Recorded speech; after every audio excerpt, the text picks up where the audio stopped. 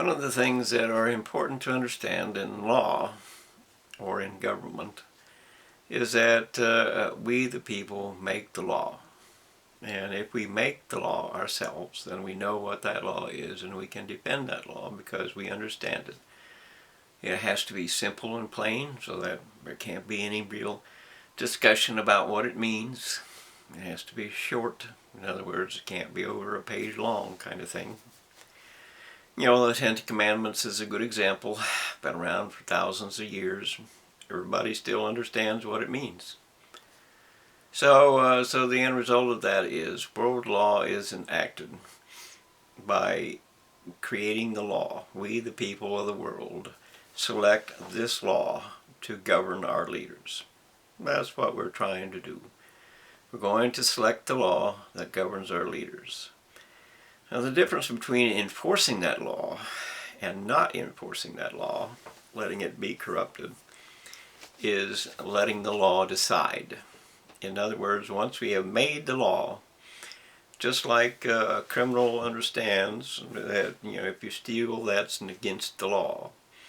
And a leader must understand if you cross the boundary lines, for instance, you break the law and you have to go to court. And the problem with all law is that organizations are crept up to decide for you whether or not the law should be enforced. And of course that's what causes a lot of the corruption and power to exist. You know, today we decide for or against them. That's what, you know, international courts do. But that's not the reality of what we need. Our enforcement of the law means that the law gets to decide. Not some judge, not some courtroom, not some other. If we know by the evidence that a crime has been committed, this was against the law, then the law has made the judgment already that you shall go to court. You shall explain yourself and your actions, and you shall, you know, convince the world basically that this was justified. And if you fail, you're going to go to prison or whatever it is, as we make that happen for ourselves.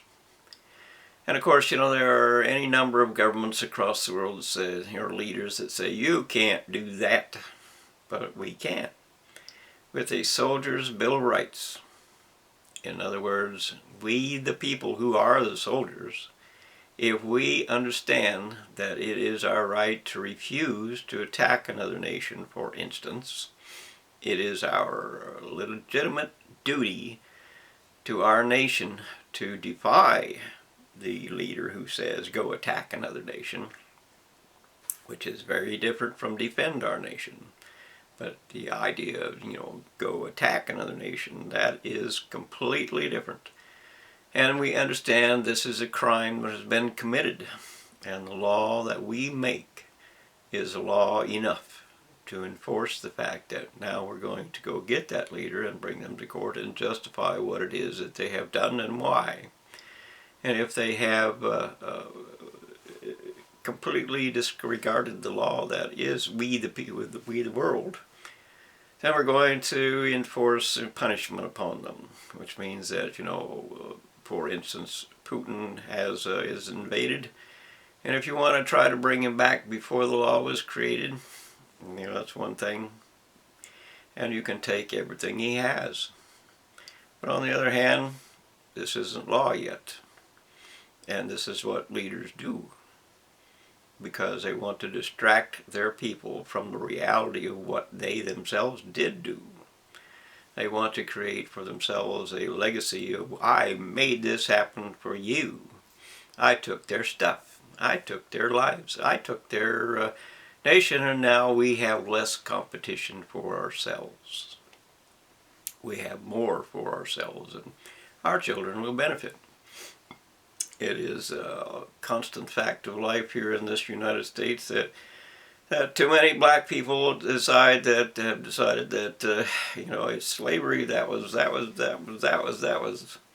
But actually, not so much so, because just, you know, it is murder that created the United States. It is genocide of the Indian nations that were here that caused the United States to be, because the resources were here and the less competition was here, and the white people, white Europeans that were being attacked constantly because of the competition over there, moved over here and found themselves with better weapons than those who were here. And so with better weapons, they took everything. And the end result of that was, now to control more, to have more, meant that the majority had to find a way to have more land and make it produce more food. And so they needed tools for that. And it became, slaves or throughout all of history, slaves have been used for tools. You do the work, I get the reward. And of course, that is how and why these things happen. But it doesn't happen without the banker. So the actual reality is, ships have to be used in that case, but it is the banker that made the difference. And of course, why were not the Indians enslaved instead of just killed? And the answer to that was they knew the land, they knew how to survive on the land, and all they had to do was escape and create real trouble for those who were trying to kill them. So they killed them instead, which is not but nonetheless, the U.S. government rose out of the reality that we took it over, and so on. And for those who are black and say it's the white man that's the terrible, terrible, terrible, the reality is it is also the white man that freed you from the other white men, because the Civil War wasn't created with black people fighting every battle. It was created mostly with the white people fighting every battle for you. So where is your thank you for all the mayhem and all the resources and all the death and all the families that were torn apart and everything that was raped and ravaged and ruined and so on? That isn't the issue. The issue is that the law is our government, and it gets corrupted when we let people decide instead of the law. That's the basic reality of truth, that the law must decide by what is true. And if the law decides, we don't need anybody to tell us to go or not to go. The law decides by removing the people. We made the law. That was what the people did do. We now enforce the law because the law says that this one has made a crime that we can enforce. It's not a rule, which means that we're directing one person is directing punishment to another because of a rule. It's a law. That means we all decided that we cannot allow this to happen. We all did that, so that we are all enforcing that law on you, because you must obey all of us. All of us have a right to peace and happiness and truth and everything, not just you. So it is law, and we can enforce the law if we know the law. And of course, the intellectuals at the university and the intellectuals that are power everywhere and pride everywhere will try to take apart every form of every type of law so that they can create an illusion of justice or organization or whatever it is to corrupt and deny the law should be enforced. You have to stop them from doing that. No more mazes. In other words, you have to take the intellectual out of the game. You have to remove the game entirely and let law decide what is important by your own vote. What shall the law of our world be? And let the international policing force, which is the best of us everywhere, become our decision maker. They don't get to decide. the law has decided they get to go collect the criminal and bring him to court, and there we will decide as a world. We made the law, we enforce the law, we decide what the punishment for breaking the law will be. And you can do that by vote or any number of things. You can just create a list of, if you did this, this is your punishment, kinds of things. But the law enforced is the law itself decides. And if you understand that, if you can comprehend the difference between letting the judge, which is a human being, decide, or letting somebody else decide, governments and all of that, instead of being employers, they become our rulers. And of course, everybody that is righteous, I know what I know, everybody that wants to be the ruler becomes righteous. I have a right. And they make a law so that they can enforce that right.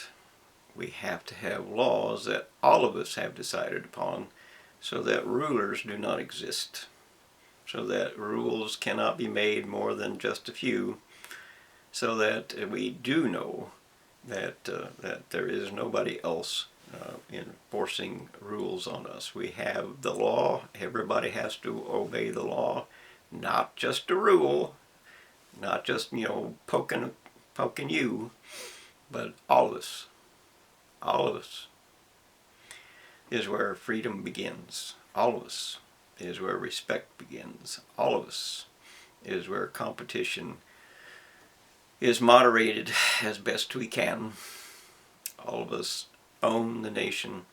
All of us make the decision by our vote, honest vote. All of us decide for the evidence. All of us remove the expert from our lives so that we can in fact enforce our democracy. The Constitution is the law, and the law is our government when we enforce the law. The law of this United States is the Constitution. It is not anything else. It is the Constitution. That's what makes the government. And the government controls the employees and controls the people by the law. In other words, our employees have not been following the law. They have been denying the law to do what they want to do what they want, what their little group wants to have done. And of course, all of politics is about the game that people play. I win, you lose, or you lose, I win. Whatever it is, when one side wins a little bit, and they hire the other side to win a little bit, and they're back and forth, and that's what politics is, and that's a game that people play because they like to play games. I'm important because I played the game. I'm important because the game, is used by me or us to do what others would not do. But of course, they make rules to do that. And then rules take over our lives because they become rulers. And laws are discarded. Just as the Constitution has been discarded. They have been trying to completely throw out the Constitution for decades. The universities have. Because the universities don't like laws shall decide. The universities want to be the expert, the God over all our lives that decides. They want to enforce their puppets, their political candidates, so that they can in fact control the government and control the lives of society and control how much money they can steal, because they have stolen a great deal. They have thrown away all our manufacturing, and they've thrown away all our resources, and they've thrown away everything. They have thrown away everything, including the future. They have to be limited. They have to be removed from power. They have to be identified by what is and is not correct. They have to be changed. And we cannot let them, they're not going to change themselves. They control everything. University controls media, government, everything. They control banking, everything.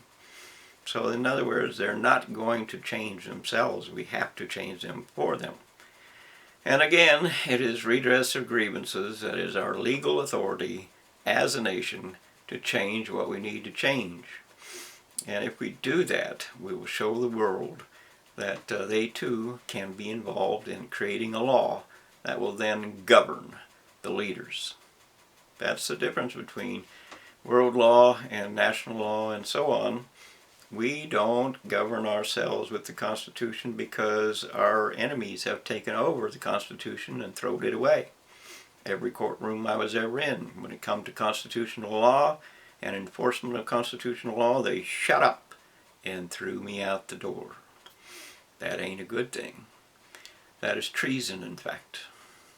And we need to, and that's because, power controls them. Power, they should not be selecting judges for us.